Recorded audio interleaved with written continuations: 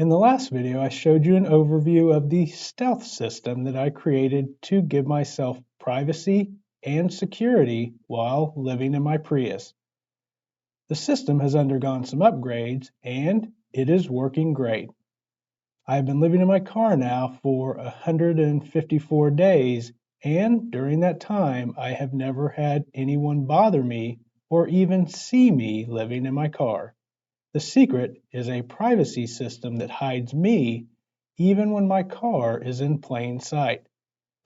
In this video, I will show you how to create the blackout panels, which are the main components of the system. This video doesn't include the sunscreen for the windshield, which I will cover in the next video. I began creating the blackout panels in September 2020 before life got interrupted by the COVID pandemic. So, this video combines several videos that I shot over a year as I created and continuously upgraded the system. One of the biggest upgrades has been a video surveillance system that allows me to see outside when the blackout panels are installed. I will post a separate video in the near future showing you how I installed the video cameras and the monitor.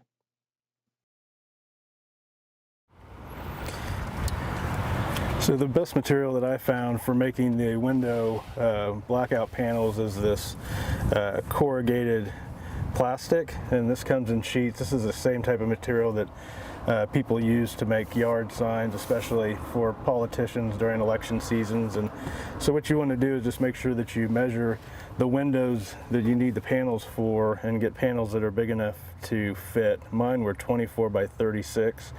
I figured that that size panel would work on both the side doors and the back window. So I was able to get this on Amazon for 5 sheets for only $33. I can put a link to that at the bottom. So the way that you're going to figure out how to cut your corrugated plastic sheet to size is by rolling down your window and holding the sheet on the outside. Hold it tight and draw along that window, that outside that window frame. Keep moving your hand up to hold the part tight where you're drawing, and just go through and sketch out this window frame.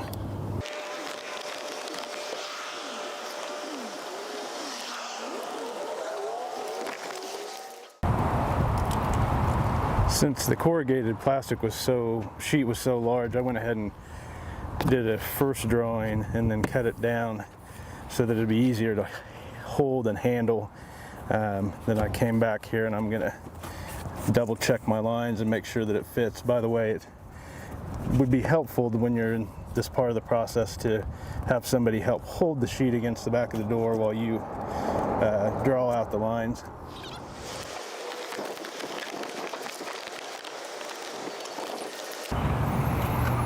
When you make your first cut, you want to cut on the very outside of any line that you drew. It's going to turn out bigger than you wanted, but then what you can do is go through and check where it's too big, and you can trim extra off, because it's obviously easier to trim off extra. You can't replace material if you get it too short.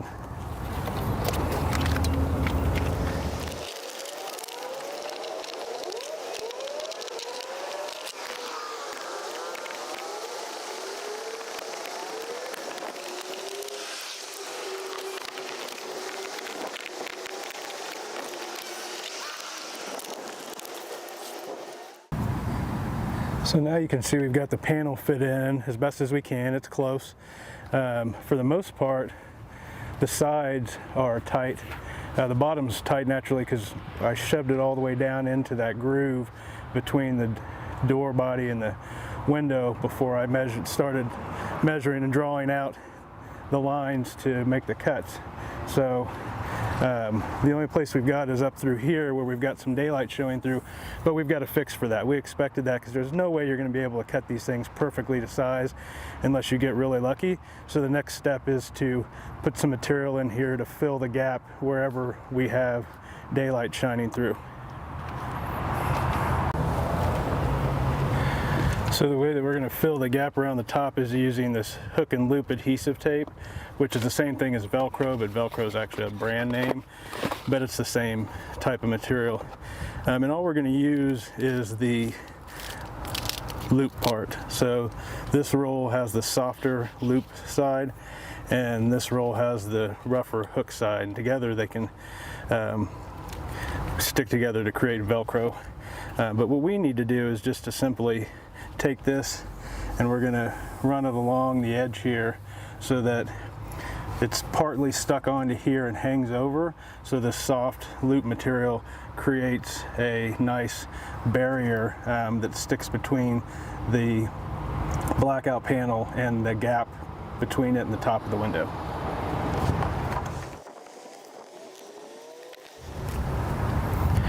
Now what you're going to want to do is the panel will go in this way into the door. That's the way the door is shaped, so this will be the inside of the panel, this will be the outside of the panel. And what you actually want to do is stick this on the outside of the panel, so when you push it into the window, this fuzzy part is bent over, and that fuzzy part that sticks up will fill that gap between the blackout board and the window.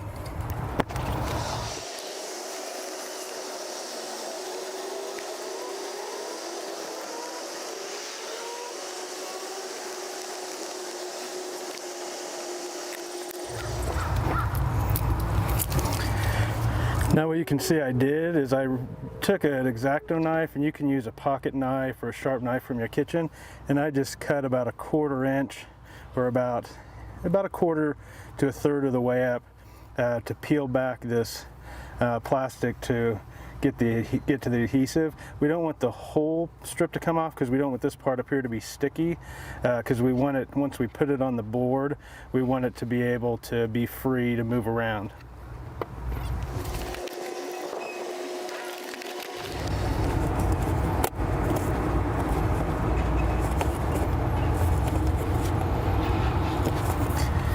Now what I'm doing here is, as I'm moving along, I'm watching and just making sure I stick this to the board and have the top of the board meet right where the edge of that plastic begins.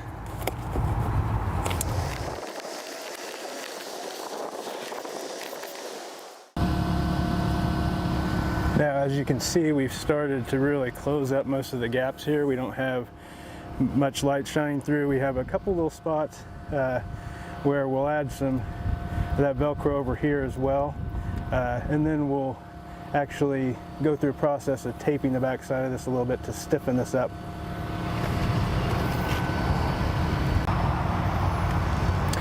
In order to stiffen this piece of Velcro up a little bit, I'm going to take some electrical tape, and I'm just going to tape the back of here.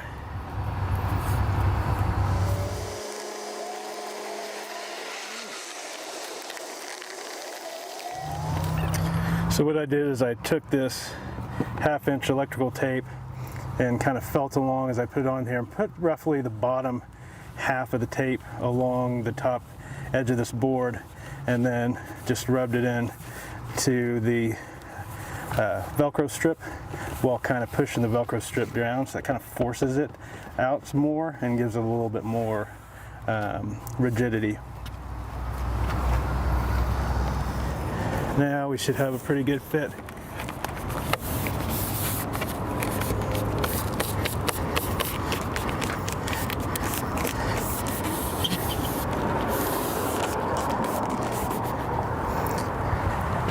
And you can see that we may have a slight gap in one spot, but that's not going to be able to transmit enough light from the inside of the car to the outside of the car at night for anybody to be able to see that. So the last step we have is to paint the outside of this with flat black spray paint, so that at night it looks like the windows are simply tinted with really dark tint, but they are completely blacked out, so no one can see in, even if they put their face right up to the window.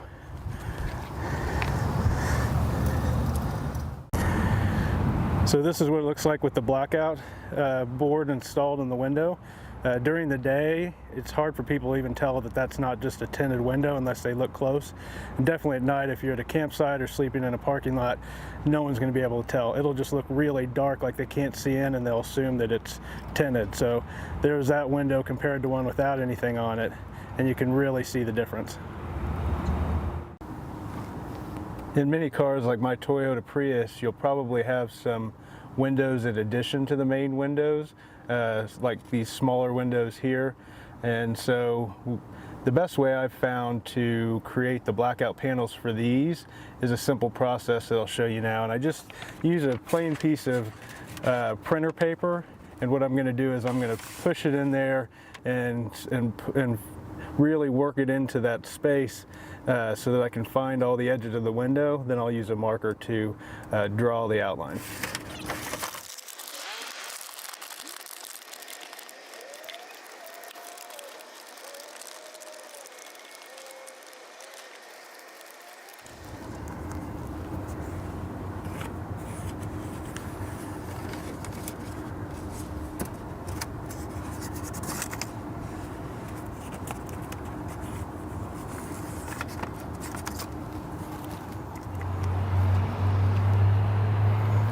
So as we've done with all of our blackout panels, when we've cut them out, we start with the template that we're using, and I'll cut it on the outside of the black line, so it's going to start out by being a little oversized, but then we'll be able to trim it down to the perfect fit.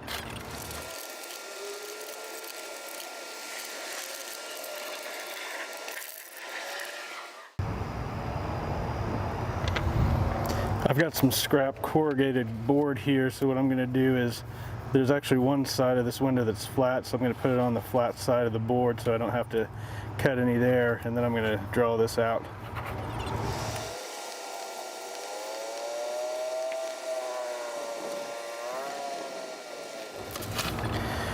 Now, since I cut this large by cutting on the outside of the line, I'm going to cut this on the inside of the line so it's the same size as the template.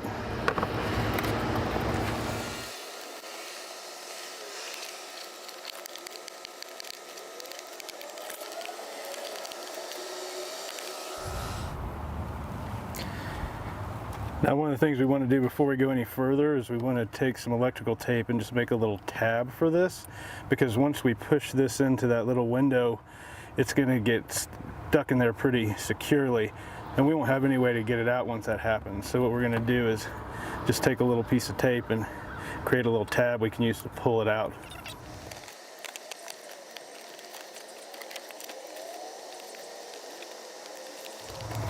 Doesn't have to be perfect, just we want something to where we can pull this out of that little window well. So now we'll just see how this fits.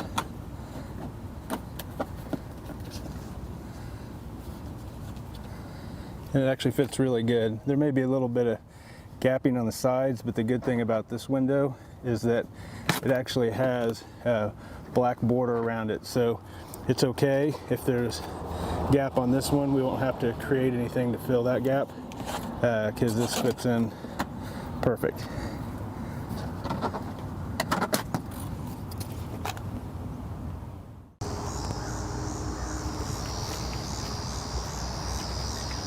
Here's what that window looks like from the outside when we insert this blackout panel. You can see it fits nice and tight, and once we paint that with that flat black spray paint, then it'll completely black that out.